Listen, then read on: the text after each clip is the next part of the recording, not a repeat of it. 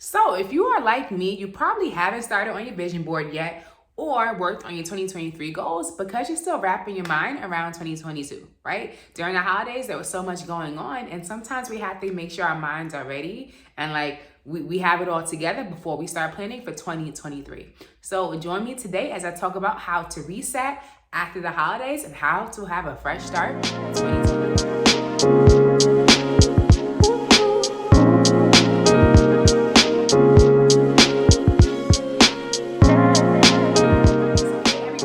Jessica here. It is my belief that consistently practicing self-care allows us to have a soft life.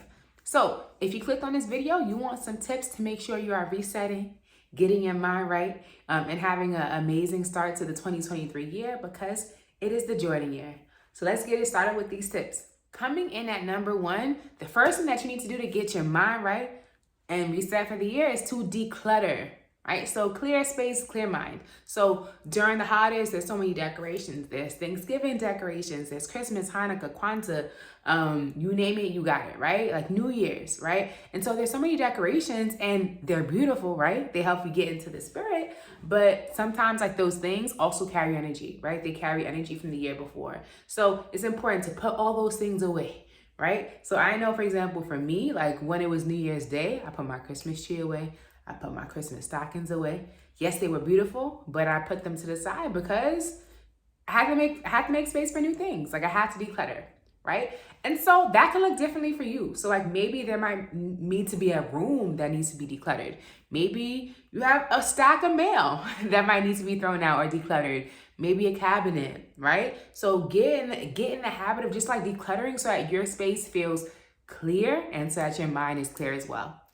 Coming in at number two is quiet time. So quiet time is just this idea of like being alone, right? So like during the holidays, we've seen people that we haven't seen in forever. Like we're around a lot of people. We have like holiday parties, family gatherings. Like if you donate, like you're around different people. And so sometimes you need to really isolate to just like recenter yourself, to recharge, right? So like I know for me, like I have a huge family and I love to hang out with them.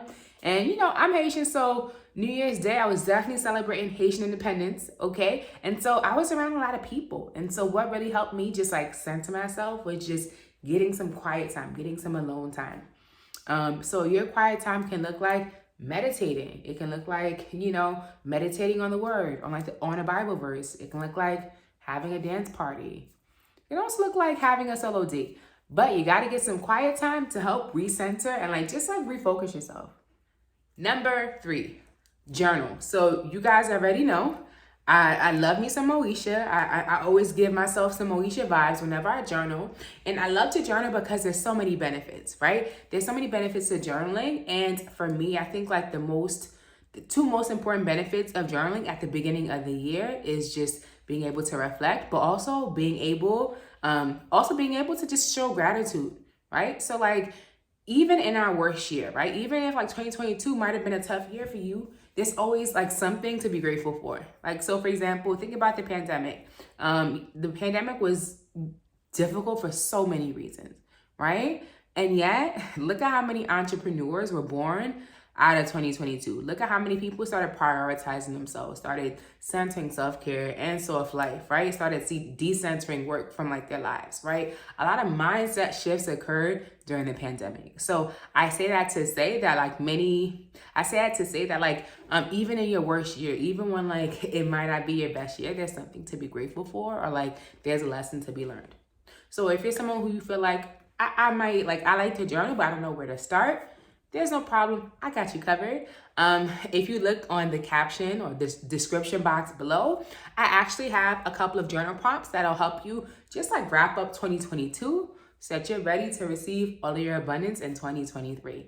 Number four, detox. So when I say detox, I think of this idea of like just releasing things that like no longer serve you, right? So when we talked about decluttering, we talked about things that you have in your home that like you don't need is taking up space. But when I think about like detox, I think about things that are mentally, physically, and spiritually draining you, or like not helping you be like the best that you can be, right? So like for me, I know like I was eating kind of crazy during the holidays, right? I wasn't eating like my best. And so part of that detox looks like for me, it looks like going back to my meal planning, going back to my juicer.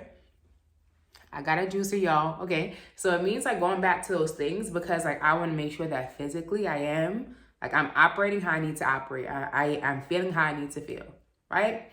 But detoxing can look different for different people. So like it can look like mentally, it might look like deleting some apps off of your phone that you might not use. Maybe like unfollowing a couple of accounts that like are no longer aligned to what you value. Right.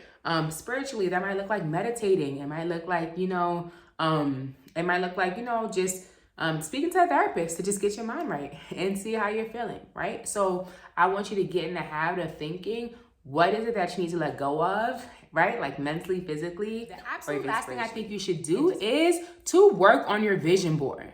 Right. So I think it's really important to work on it when you are ready. And in my opinion, if you do the steps prior, if you declutter, if you detox, if you do all those things prior, then I feel like you'll really be in the mental space, the vision board.